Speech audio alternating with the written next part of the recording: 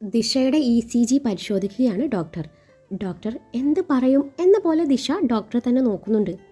തൊട്ടരികിൽ അഗസ്ത്യയുണ്ട്, പിന്നെ ലവളും ശാലിൻ. അതിനിടയിൽ ഡോക്ടർ ദിശയെ ഒന്ന് നോക്കി. വയസ്സെത്രയെന്നാണ് പറഞ്ഞത്? ഡോക്ടറാണ് ചോദിച്ചത്. 20. ദിശ മറുപടി പറഞ്ഞു. ഡോക്ടർ അമർത്തി മൂളി. മൊത്തത്തിൽ എത്ര ബ്ലോക്ക് ഉണ്ട് ഡോക്ടർ? ദിശ ചോദിച്ചു. ബ്ലോക്കോ? എന്ത് ബ്ലോക്ക്? ബ്ലോക്കൊന്നുമില്ല. ദിശയുടെ ചോദ്യം കേട്ട് ഡോക്ടർ ഇത്തിരി കനപ്പിച്ചു പറഞ്ഞു. അയ്യോ ഇല്ലേ? ഡോക്ടർ ഒന്നുകൂടെ ഒന്ന് നോക്കിക്കേ. ദിശയുടെ പറച്ചിൽ കേട്ട് അഗസ്ത്യ അവളെ ദഹിപ്പിച്ചു നോക്കി. DCP സാർ, വൈഫിന് കുഴപ്പമൊന്നുമില്ല, ഗ്യാസ് ട്രബിൾ ആയിരിക്കും, മരുന്ന് എഴുതിയിട്ടുണ്ട് എന്നും പറഞ്ഞ് ഡോക്ടർ ദിശയെ ഒന്നുകൂടെ നോക്കി പുറത്തേക്ക് നടന്നു. പിന്നാലെ അഗസ്ത്യയും. അഗസ്ത്യ പോയതും ശാലിൻ ദിശയെ നോക്കി പുച്ഛിച്ചു. തിരികെ ദിശയും പുച്ഛിച്ചു. താൻ എന്തൊരു ഓവർ ആക്ടിങ് ആയിരുന്നെന്നോ ശാലിൻ പറഞ്ഞു. അതെയോ? ഓവർ ആക്ടിങ് ചെയ്യാനും വേണം ഒരു കഴിവ്. എന്ത് ചെയ്യാം, എനിക്ക് ആ കഴിവ് ദൈവം തന്നു. ദിശയും വിട്ടില്ല. സാറിന് ഇഷ്ടമല്ലെന്ന് അറിഞ്ഞിട്ടും എന്തിനാ താനിങ്ങനെ ബുദ്ധിമുട്ടിക്കുന്നത്? ശാലിൻ്റെ ആ പറച്ചിൽ ദിശയെ ശരിക്കും ദേഷ്യം പിടിപ്പിച്ചു. മാഡത്തിനോട് പറഞ്ഞിട്ടുണ്ടോ എന്നെ ഇഷ്ടമല്ലെന്ന്? ഇഷ്ടമാണെന്ന് തന്നോട് പറഞ്ഞിട്ടുണ്ടോ? ദിശയുടെ ചോദ്യത്തിന് പിന്നാലെ ശാലിൻ്റെ മറു ചോദ്യം ഉയർന്നു. അതൊക്കെ ഞങ്ങളുടെ പേഴ്സണൽ കാര്യങ്ങളാണ്, മാഡത്തിനോട് പറയാൻ തൽക്കാലം സൗകര്യമില്ല. മാഡത്തിൻ്റെ ചാട്ടം എങ്ങോട്ടാണെന്നേ എനിക്ക് മനസ്സിലാവുന്നുണ്ട്. അതിന് വെച്ച വെള്ളങ്ങ് വാങ്ങി വെച്ചേക്ക്. ദിശ പറഞ്ഞത് കേട്ടതും ശാലിൻ അവളെ ദഹിപ്പിച്ചു നോക്കി മുറിയിൽ നിന്നും പുറത്തിറങ്ങി. നീ എന്താ പറഞ്ഞത്? DCPക്ക് എന്നെ ഇഷ്ടമില്ലെന്നോ? കാണിച്ചു തരാം. ശാലിൻ പോയ വഴിയെ നോക്കി ദിശ മനസ്സിൽ പറഞ്ഞു. ശേഷം തൻ്റെ ഫോൺ എടുത്ത് ചെവിയോട് അടുപ്പിച്ചു. ഹലോ ആൻറ്റി, ഇത് ഞാൻ അതച്ചു. ആ സുഖം ആൻറ്റി. DCPക്കോ? ആ പരമസുഖം ആൻറ്റി. ഞാൻ വിളിച്ചത് എന്താണെന്ന് വെച്ചാലേ, ആൻറ്റി ഒരു ഫ്ലാറ്റ് അന്വേഷിക്കുന്നുണ്ടെന്ന് പറഞ്ഞില്ലേ? പറ്റിയൊരിടം കേട്ടോ, ടൗണിൽ ആൻറ്റി. ഞാനും സച്ചുവേട്ടനും താമസിക്കുന്ന അവിടെയാ. ഒരാഴ്ച കഴിഞ്ഞ് ഞങ്ങൾ അങ്ങോട്ട് ഷിഫ്റ്റ് ആവും. ഞാൻ ആൻറ്റിക്ക് ഡീറ്റെയിൽസ് സെൻഡ് ചെയ്ത് തരാവേ. ആൻറ്റി ഇപ്പം തന്നെ വിളിച്ചു. ഫ്ലാറ്റ് നമ്പർ 6B തന്നെ വേണമെന്ന് പ്രത്യേകം പറയണേ. അതാവുമ്പോൾ നമ്മൾ തൊട്ടരികിലാവുമല്ലോ. ശരി ആൻറ്റി, മറക്കല്ലേട്ടോ. 6B. അതും പറഞ്ഞു ദിശ വല്ലാത്തൊരു മനസ്സുഖത്തോടെ കോൾ അവസാനിപ്പിച്ചു. എന്നോടാ ഓളെ കളി. ആം ദിശ പ്രഭാകർ, ജസ്റ്റ് റിമെമ്പർ ദാറ്റ്. അതും മനസ്സിൽ പറഞ്ഞ ദിശ തൻ്റെ മുടി ഗാന്ധർവ സ്റ്റൈലിൽ അങ്ങ് ഊതി. അഗസ്ത്യ 2nd ഫ്ലോറിൽ കാഷ്വാലിറ്റിക്ക് തൊട്ടരികിൽ നിന്നുകൊണ്ട് കോൾ ചെയ്യുന്നുണ്ട്. ദിശ അവിടെ ഒരു ഭാഗത്ത് നിന്നുകൊണ്ട് അവനെ വെയിറ്റ് ചെയ്യുകയാണ്. നിന്ന് മടുത്തപ്പോൾ മുന്നിൽ കണ്ട വീൽ ചെയറിൽ ഇരുന്നുകൊണ്ട് റെസ്റ്റ് എടുക്കുകയാണ് കക്ഷി. അതിനിടയിലാണ് അഗസ്ത്യയുടെ കണ്ണുകൾ കാഷ്വാലിറ്റിയിൽ നിന്നും കാലിലെ മുറിവ് ഡ്രസ് ചെയ്ത് ഇറങ്ങുന്ന വ്യക്തിയിലേക്ക് നീളുന്നത്. ആ പൂച്ചക്കണ്ണും പുരികത്തിന് മേലെയുള്ള മുറിവും കൂടി കണ്ടതും അഗസ്ത്യക്ക് ആളെ മനസ്സിലായി. മുംബൈയിലെ ഏറ്റവും വലിയ ക്രിമിനൽ ഗുണ്ടയാണ് ആള്. ഇപ്പോൾ ആളുടെ മുഖം വ്യക്തമായി കാണാം. നേരത്തെ ആര്യനെ വെട്ടിച്ചു ഓടി കമ്പിവേലിക്ക് കുറുകെ കുത്തിനെ ചാടി രക്ഷപ്പെടുമ്പോൾ പുള്ളിയുടെ കാൽ കമ്പിവേലിയിലേക്ക് കൊണ്ടിരുന്നുവെന്ന് ആര്യൻ പറഞ്ഞിരുന്നു. ഇത്തവണ അഗസ്ത്യ അരയിൽ നിന്ന് ഗണ്ണെടുത്ത് അവന് പിന്നാലെ വെച്ചു പിടിച്ചു. അഗസ്ത്യയെയും അഗസ്ത്യയുടെ നീക്കവും തിരിച്ചറിഞ്ഞ ഗുണ്ടയുടെ ശ്രദ്ധ ദിശയിലേക്ക് നീണ്ടു. രക്ഷപ്പെടാൻ ഒരു വഴി ആലോചിച്ച ഗുണ്ട അഗസ്ത്യയുടെ ശ്രദ്ധ തിരിക്കാൻ വേണ്ടി വീൽ ചെയറിലിരിക്കുന്ന ദിശയെ ചെയറോടെ പിടിച്ചു തള്ളി. 1st ഫ്ലോറിലേക്കുള്ള സ്ലോപ്പ് ഏരിയയിൽ കൂടി ദിശയുമായി വീൽ ചെയർ ഉരുണ്ടു. എന്താണ് സംഭവിച്ചത് എന്നറിയാതെ ദിശ പേടിച്ച് നിലവിളിച്ചു. ഗുണ്ടയുടെ ആ പ്രവൃത്തിയിൽ രോഷാകുലനായ അഗസ്ത്യ അവൻ്റെ കാല് നോക്കി ഷൂട്ട് ചെയ്തു. ഇപ്പോൾ തൻ്റെ ലക്ഷ്യം ദിശയെ രക്ഷിക്കുക എന്നതാണെന്ന് തിരിച്ചറിഞ്ഞ അഗസ്ത്യ ഗുണ്ടയെ ശ്രദ്ധിക്കാതെ ഉരുണ്ടു പോകുന്ന ദിശയ്ക്ക് പിന്നാലെ പാഞ്ഞു.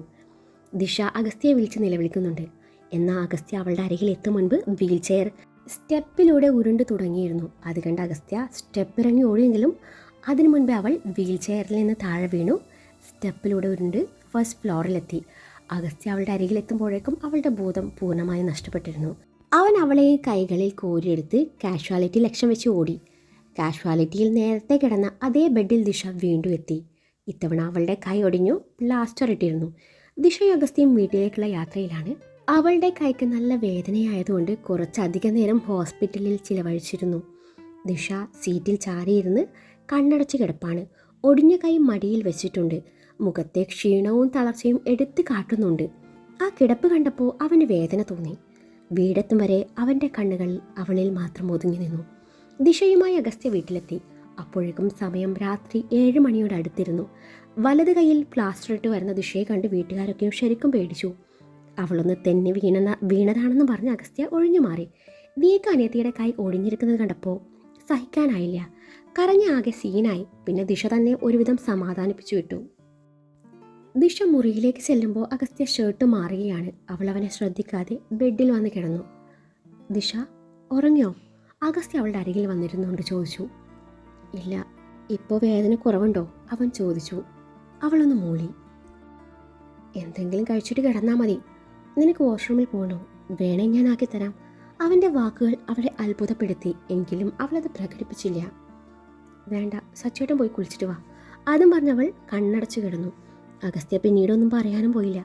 ടവലെടുത്ത് അവൻ വാഷ്റൂമിലേക്ക് നടന്നു. അവൻ പോയ വഴിയെ അവൾ നോക്കി നിന്നു. മനഃപൂർവ്വം അവഗണിച്ചതാണ്. ഇനിയിപ്പോൾ താനായിട്ട് പിറകെ നടക്കില്ല. എന്നെ ഇഷ്ടമാണോ അല്ലയോ എന്ന് അറിയണമല്ലോ. ചിലപ്പോൾ തോന്നും ഒരുപാട് ഇഷ്ടമാണെന്ന്, ചിലപ്പോൾ തോന്നും ഒട്ടും ഇഷ്ടമല്ലെന്ന്. തൻ്റെ കൈയൊടിഞ്ഞപ്പോൾ തന്നേക്കാൾ സങ്കടം ആ മുഖത്ത് താൻ കണ്ടതാ. പിന്നെ എന്താ അതങ്ങ് സമ്മതിച്ചതാ? ദിശ മനസ്സിൽ പറഞ്ഞു. ആഞ്ഞൊരു ശ്വാസം വലിച്ചു. അപ്പോഴേക്കും ദിയ അവൾക്കുള്ള ചായയുമായി വന്നു. ദിയ ദിശയെ വേദനയോടെ നോക്കി. എൻ്റെ ചേച്ചി, എനിക്കൊന്നുമില്ലെന്ന് മതി കരഞ്ഞത്. അല്ല, അഗിയേട്ടൻ ഇവിടെ കണ്ടില്ലല്ലോ. അമ്മോ, എനിക്കറിയില്ല, ദിയ താല്പര്യമില്ലാത്ത മട്ടിൽ പറഞ്ഞു. ആ മറുപടിയിൽ ദിശയ്ക്ക് എന്തോ ഒരു പന്തികേട് തോന്നി. അതെന്താ ചേച്ചി അങ്ങനെ? എൻ്റെ ചേച്ചിക്കുട്ടിയുടെ മുഖത്ത് വല്ല തെളിച്ചം പോരല്ലോ. എന്താ സംഭവം? ഒന്നുമില്ലടാ. പറ ചേച്ചി പെണ്ണെ, രണ്ടാളും പിണക്കത്തില്ല? ഞാൻ പിണങ്ങിയിട്ടൊന്നുമില്ല. പക്ഷേ എന്താ ചേച്ചി ഒരു പക്ഷേ? അത് പിന്നെ വൈകുന്നേരം ഞാൻ ചായയുമായി മുറിയിലോട്ട് വന്നതായിരുന്നു. അപ്പോ ദിശ നെറ്റിച്ചൊളിച്ചുകൊണ്ട് ചോദിച്ചു. അപ്പോൾ ആ ശ്യാമയും ഇങ്ങേരും ബെഡിൽ കെട്ടിപ്പിടിച്ച് കിടക്കുന്നു. ചേച്ചി എന്തൊക്കെയാ പറയുന്നത്? ചേച്ചിക്ക് തോന്നിയതാവും. ദിശ ഉള്ളിലെ ഞെട്ടൽ പുറത്ത് കാണിച്ചില്ല. പിന്നെ അതിന് നിന്നെ പോലെ ബോധമില്ലാതെ നടക്കല്ല ഞാൻ.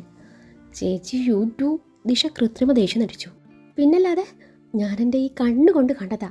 എന്നെ കണ്ടപ്പോൾ അവള് നാണത്തോടെ മുറിയിൽ നിന്ന് ഇറങ്ങിപ്പോയി. എന്നിട്ട് അഗേട്ടൻ എന്ത് പറഞ്ഞു? എന്ത് പറയാൻ? സമ്മതിച്ചു തരണ്ടേ?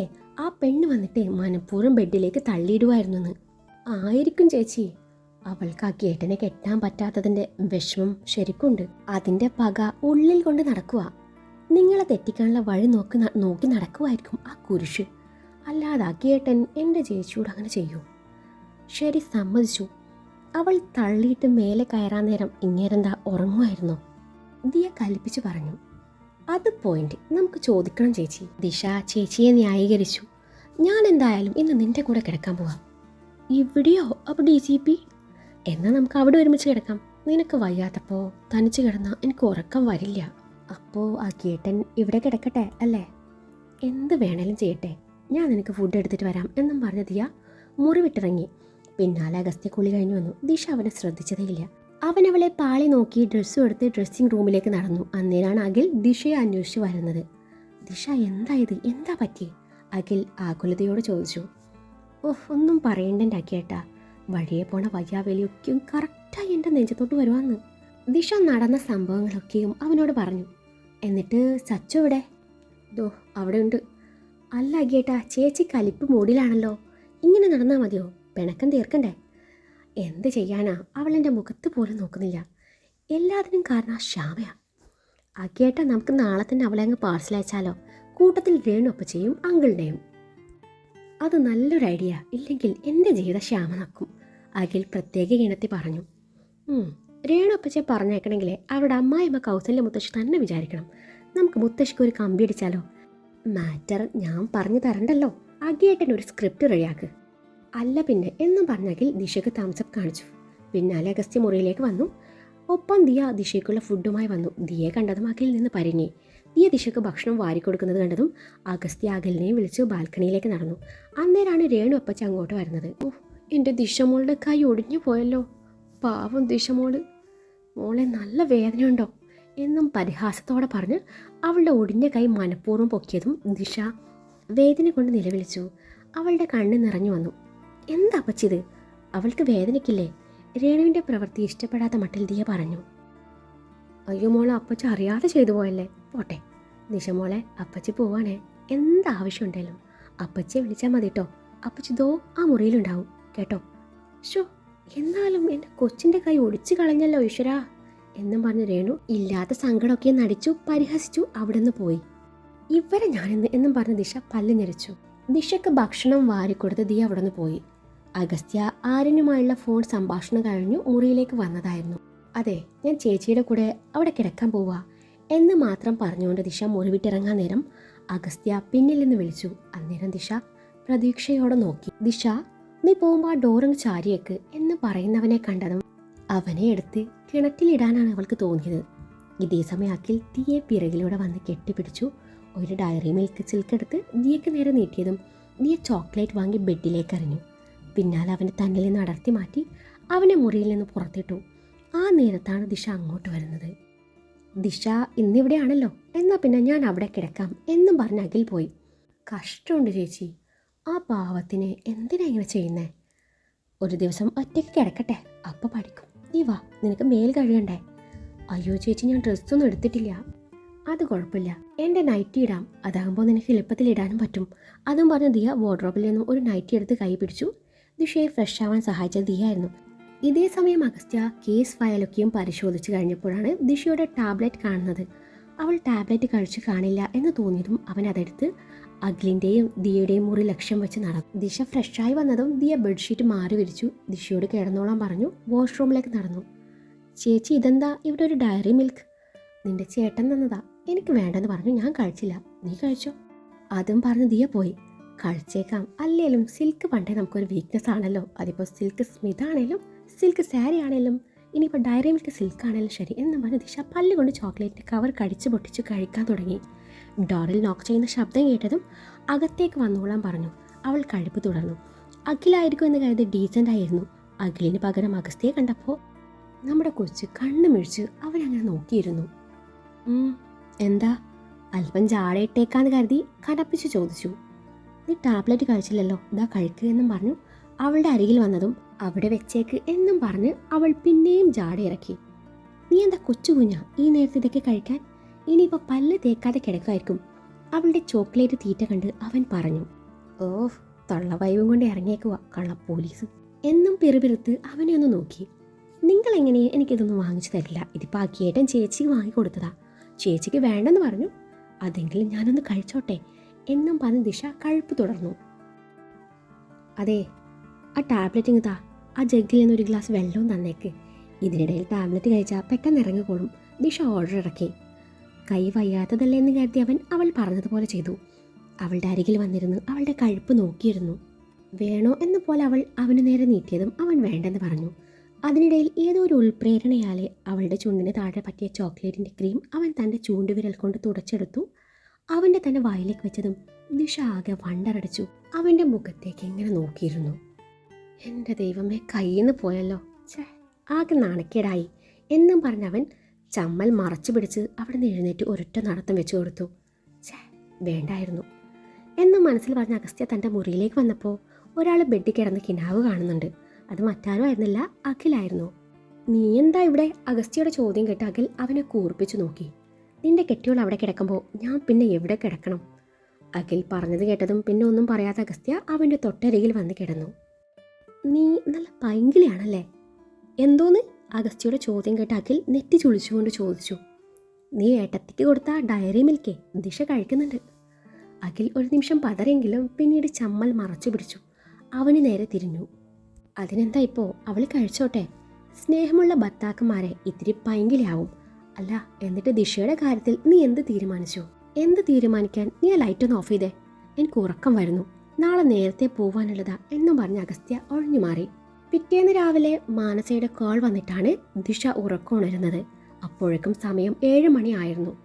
ഹലോ, എന്താടി ഉറങ്ങാനും സമ്മതിക്കില്ലേ? ദിശ ഉറക്കച്ചടവോടെ ചോദിച്ചു. എടി പോത്തെ, സമയം 7 ആയി. നീ അറിഞ്ഞ ആ അർജുൻ ജയിൽ ചാടിന്ന്? ജയിൽ ചാടിയിട്ട് 2-3 ദിവസമായെന്ന് അറിഞ്ഞേ. പബ്ലിക് അറിയാതിരിക്കാൻ പോലീസുകാർ സംഭവം മൂടി വെച്ചതാ. മാനസ പറഞ്ഞത് കേട്ട് ദിശ ഞെട്ടിത്തരച്ചു പോയിരുന്നു. എടി സത്യമാണോ? ദിശ ചോദിച്ചു. അതേന്നേ. അതുകൊണ്ട് ഇന്ന് 11 മണിക്ക് നമ്മൾ ലോ കോളേജ് പിള്ളേരുടെ പ്രതിഷേധം അറിയിച്ച് ഒരു ജാഥ സംഘടിപ്പിച്ചിട്ടുണ്ട്. ഹൈവേയിലൂടെ നടന്നുകൊണ്ടാണ് നമ്മൾ പ്രതിഷേധം അറിയിക്കുന്നത്. കൂടെ അതുവഴി ഒരു യോഗത്തിന് പോകുന്ന MLAയുടെ വഴി തടയൽ കൂടി നടക്കുന്നുണ്ട്. പോലീസിനോടുള്ള പ്രതിഷേധത്തിൽ എങ്ങാണ്ടോ പോകുന്ന പാവ MLAയുടെ വഴി തടയുന്നത് എന്തിനാ? ദിശ തൻ്റെ സംശയം പ്രകടിപ്പിച്ചു. സംഭവം കളറാക്കണേൽ അങ്ങനെയൊക്കെ ചെയ്യേണ്ടി വരും. നമുക്കിന്ന് ഉറപ്പായും ജാഥയിൽ പങ്കെടുക്കണം, മാനസ പറഞ്ഞു. അയ്യോ ഞാനില്ല. എടി എൻ്റെ കൈയൊടിഞ്ഞിരിക്കുക. അയ്യോ അതെങ്ങനെ? ഒന്നും പറയണ്ട എൻ്റെ മോളെ, അതൊക്കെ ഒരു വലിയ കഥയാ. എന്തായാലും ഇന്നിന് DCP എന്നെ ഇവിടെ എവിടേക്കും വിടുമെന്ന് തോന്നുന്നില്ല. എടി അതൊന്നും പറഞ്ഞാൽ പറ്റില്ല. കൈയൊടിഞ്ഞ് നീയുണ്ടെങ്കിൽ സംഭവം ഒന്നുകൂടെ കളറാവും. നമുക്ക് വേണേ DCP ആണ് നിന്റെ കൈയൊടിച്ചത് എന്തുകൂടെ വരുത്തി തീർക്കാം. പോടി. ഒന്നും പറയണ്ട, നീ വന്നേ പറ്റൂ എന്നും പറഞ്ഞ് മാനസ കോൾ അവസാനിപ്പിച്ചു. അന്നേരം ദിയ മുറിയിലില്ലായിരുന്നു.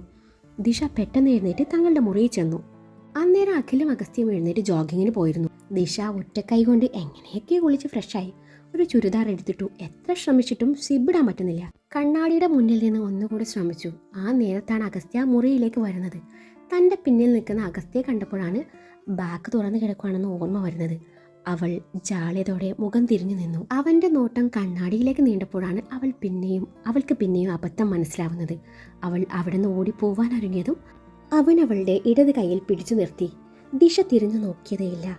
അവൻ അവളുടെ പിന്നിൽ വന്നു നിന്നു. അവളുടെ പുറം മേനിയും അകത്തെ ഇന്നർ വെയറും നന്നായി കാണാൻ പറ്റുന്നുണ്ട്. അവളുടെ ചുരിദാറിനെ കൂട്ടിപ്പിടിച്ച് സിബിട്ട് കൊടുക്കാൻ നേരം അവൻ്റെ കൈ അവളുടെ മൃദുലമായ പുറം മേനിയെ തൊട്ടുരുമ്മി. ദിശയുടെ ഉള്ളമൊന്ന് വിറച്ചു. ഈ DCPക്ക് ഇന്നലെ തൊട്ട് എന്താ ഒരു ഇളക്കം? ദിശ ചിന്തിച്ചു.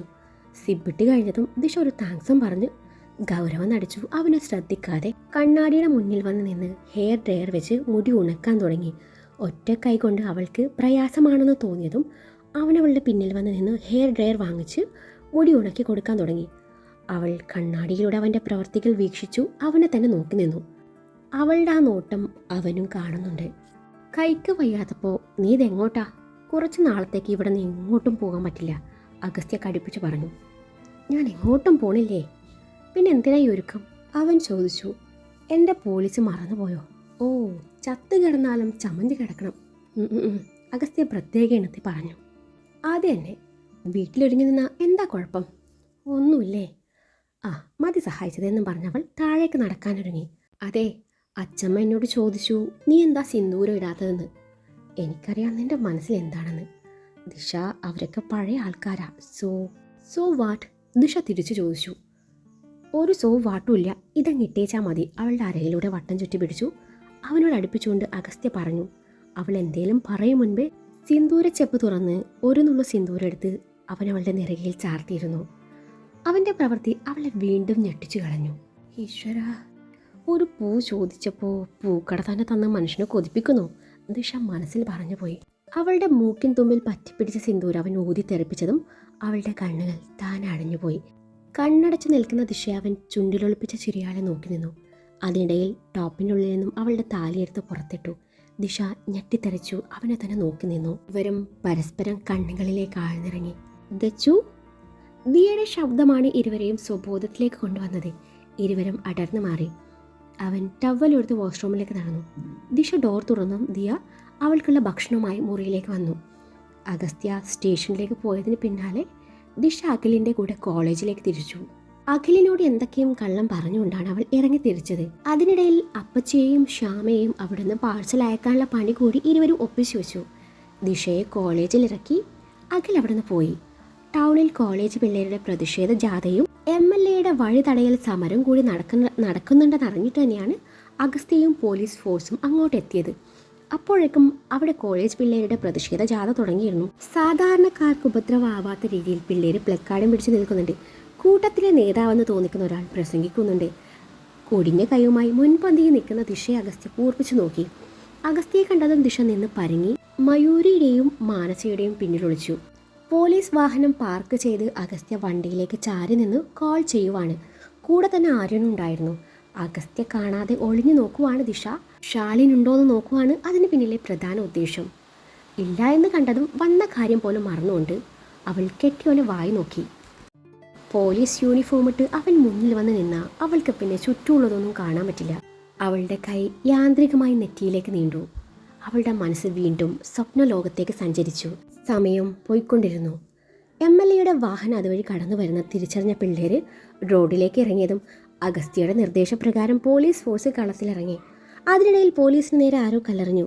കല്ലേറുകൊണ്ടത് ആര്യനായിരുന്നു. അതോടെ പോലീസുകാർ പ്രകോപിതരായി. പോലീസും വിദ്യാർത്ഥികളും തമ്മിലിടഞ്ഞതും അതിനിടയിൽ പെട്ടതാവട്ടെ ദിശയും.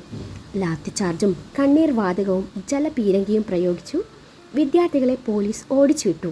ആ തിക്കിലും തിരക്കിലും പെട്ട് ദിശ വീണു പോയിരുന്നു. അതിനിടയിൽ അവൾക്ക് ആൾക്കാരുടെ ചവിട്ടും തൊഴിയും കിട്ടിത്തുടങ്ങി.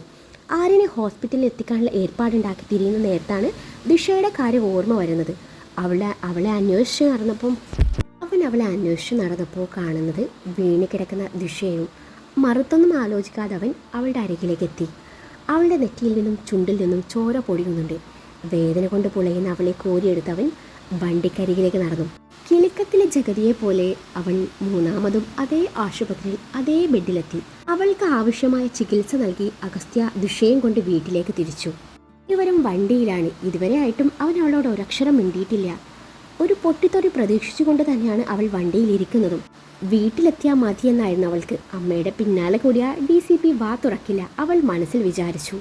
പ്രതീക്ഷകളെയൊക്കെയും തെറ്റിച്ചുകൊണ്ട് അഗസ്ത്യയുടെ വണ്ടി അവൻ്റെ ഫ്ലാറ്റിന് മുന്നിൽ എത്തിയതും ദിശ നെറ്റിച്ചൊളിച്ചുകൊണ്ട് അവനെ നോക്കി. നമ്മളെന്താ ഇവിടെ? ഒരു കല്യാണം കൂടെ വന്നതാ, അവൻ പുച്ഛിച്ചു. ആരുടെ? നിന്റെ അച്ഛൻ്റെ. ദേ എൻ്റെ അച്ഛനെ പറഞ്ഞാലുണ്ടല്ലോ, അവൾ ദേഷ്യപ്പെട്ടു. ഈ പുല്ലേ, നിന്നോട് വീട്ടിൽ അടങ്ങി ഒതുങ്ങി ഇരിക്കാനല്ല പറഞ്ഞേ. എന്നിട്ട് അവൾ ഒടിഞ്ഞ കൈയും തൂക്കി പ്രതിഷേധിക്കാൻ ഇറങ്ങിയിരിക്കുന്നു. ഇനി ഇവിടെ നിന്ന് പുറത്തിറങ്ങുന്നത് എനിക്കൊന്ന് കാണണം. ഇന്ന് തൊട്ട് നമ്മൾ ഇവിടെയാ, അവൻ കൽപ്പിച്ച് പറഞ്ഞു. അയ്യോ, ഇവിടെയോ? അപ്പോൾ എൻ്റെ പപ്പി? അവളുടെ ഒരു പപ്പി കുപ്പി. സച്ചു ഏട്ടാ, ഞാനില്ലാതെ റാണോ ഒന്നും കഴിക്കില്ല. ദേ, നീ എന്നെ കൊണ്ടൊന്നും പറയിപ്പിക്കരുത്. ഇറങ്ങി എന്നും പറഞ്ഞ് അവൻ വണ്ടിയിൽ നിന്ന് ഇറങ്ങിയതും പിന്നാലെ അവളും ഇറങ്ങി. ഫ്ലാറ്റ് തുറന്ന് അവളെ മുറിയിലാക്കി തിരിഞ്ഞതും DGPയുടെ കോൾ വന്നതും ഒരുമിച്ചായിരുന്നു. വിദ്യാർത്ഥികളെ ക്രൂരമായി പോലീസ് തല്ലിച്ചതച്ചു എന്നാണ് സംഭവത്തിൽ മീഡിയാസ് പരത്തിയത്. അതിൻ്റെ കൂടെ അർജുൻ ചാടിയ ഇഷ്യൂവും. രണ്ടിനും കൂടി DGP അവനെ ശാസിച്ചു. എത്രയും പെട്ടെന്ന് അർജുനെ കണ്ടെത്തണമെന്ന് DGP ഉത്തരവിറക്കി. അഗസ്ത്യ എല്ലാ ദേഷ്യവും കൂടി ഒരുമിച്ച് അവളോട് തീർത്തു. അവളൊന്നും മിണ്ടിയില്ല. അവളെ ശരിക്കും വഴക്ക് പറഞ്ഞു ഫ്ലാറ്റ് പുറത്തു നിന്ന് പൂട്ടി അവൻ അവിടെ നിന്ന് പോയി. അന്ന് മുഴുവൻ ഒരു കേസിൻ്റെ പിറകെ ആയതിന് അവന് അവളെക്കുറിച്ച് ആലോചിക്കാൻ പോലും സമയം കിട്ടിയില്ല. എല്ലാം കഴിഞ്ഞു. രാത്രി 10 മണിക്കാണ് വീട്ടിലേക്ക് തിരിച്ചത്. അന്നേരമാണ് അവളുടെ കാര്യം ഓർമ്മ വരുന്നതും. അവൾ ഇതുവരെയായിട്ടൊന്നും കഴിച്ചിട്ടുണ്ടാവില്ല എന്ന തോന്നലിൽ അവൻ ഫുഡ് പുറത്തുനിന്ന് വാങ്ങിച്ചിരുന്നു. ഫ്ലാറ്റിലെത്തി ഡോറും തുറന്ന് അകത്ത് കയറി. മുറിയിലെത്തിയതും ബെഡിൽ അവശയായി തളർന്നു കിടക്കുന്ന ദിശയാണ് കാണുന്നത്.